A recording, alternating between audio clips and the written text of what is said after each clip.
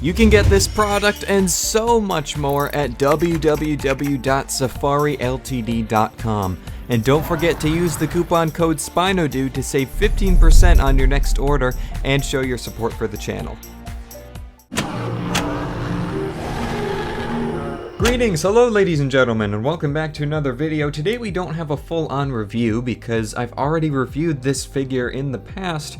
And oh my goodness, I just had a reality check. This figure is almost 5 years old already. The sculpt at least. Oh my goodness, it still feels like new. Anyway, today we're looking at Safari's brand new repaint of their feathered Tyrannosaurus Rex sculpt from 2017. As always, a massive thank you to Safari for sending this one over to the channel, and let's jump in and have a look at it. Now, first of all, regardless of what I think of the overall colors here, I have to say that I just love the idea of just taking a sculpt that's several years old and just giving it a new variant, a new paint deco, just to keep it fresh. Now, of course, this was in partner with Dino Dana, the movie that was released pretty recently, and these colors are based off of the T-Rex from that film and show, but regardless, I still think it would be cool if Safari did this from time to time, just to give us another option for coloration, because sometimes I'm not a fan of the colors they put on their figures from time to time. For example, their Dimetrodon from 2018. I adore the sculpt on that Dimetrodon, but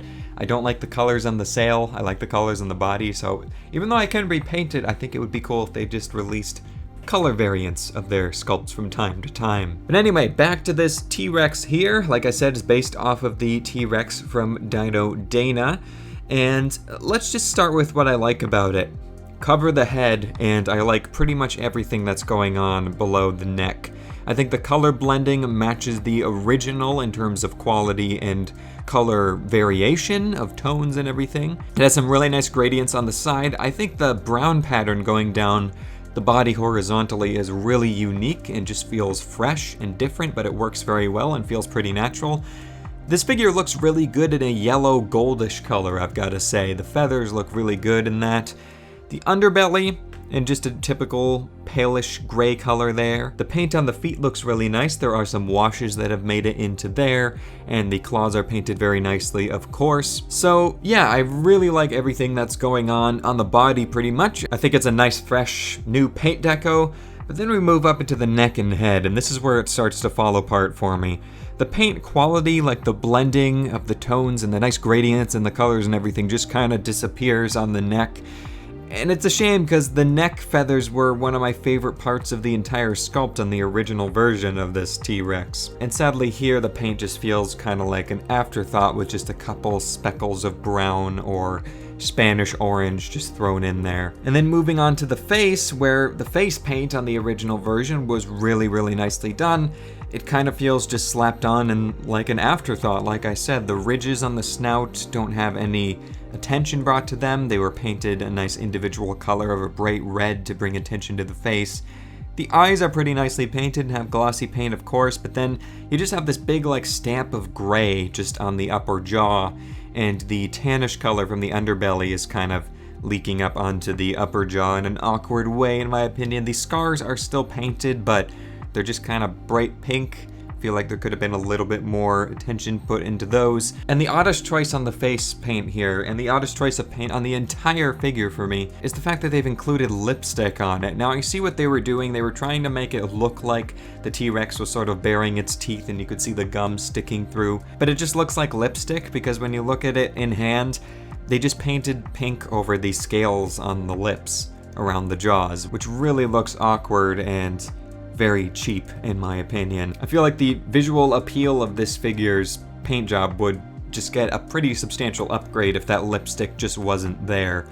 The interior of the mouth is pretty typical as well. It's just a fleshy pink color, no gloss or anything though. I think it's pretty much the same exact tones as on the regular feathered T-Rex. So yeah, I think that covers everything. I'm not talking about the sculpt or anything here. You know, don't at me in the comments with comments about feathered T-Rexes if they should have feathers or not. I'm not here to start any wars or anything.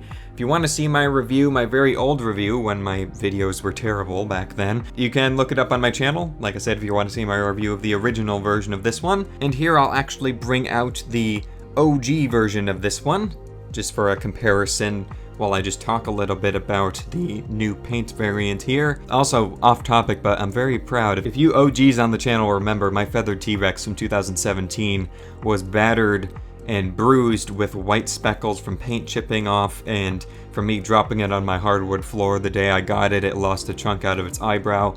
This is the first time I've ever done a color matching touch-up job with paint, and I did it specifically for this video to show it off, and I think it looks brand new and it looks really good. I'm really proud of it. Anyway, back on track here. My thoughts on the new paint variant of the T-Rex. I think it's a cool idea. I really like everything from the shoulders down, but the head and neck just feels really poorly done conceptually and execution-wise. I know they're basing it off the T-Rex from the show, but if you look that one up, even the color blending on that one looks a bit more natural. And there's just such stark lines and no gradients or blending at all in the paint, like on the neck or the head, in comparison to the body, which has some really nice fading with the colors and everything.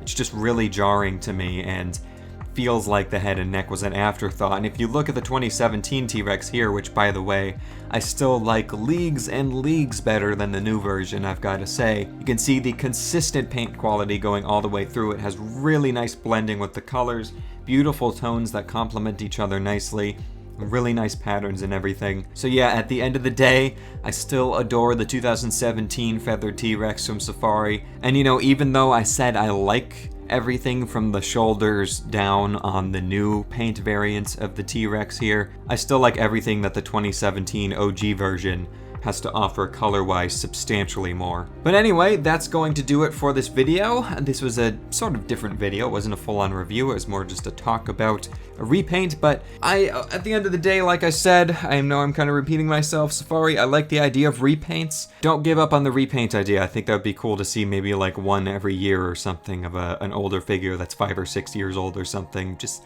give it a new, fresh breath of life, you know. Anyway, if you want to get either of these T-Rexes for yourself, they're both available on Safari's website, and use coupon code SpinoDude at the checkout to save 15% on your next order. And I'll catch you all in my next video, so take care and bye-bye.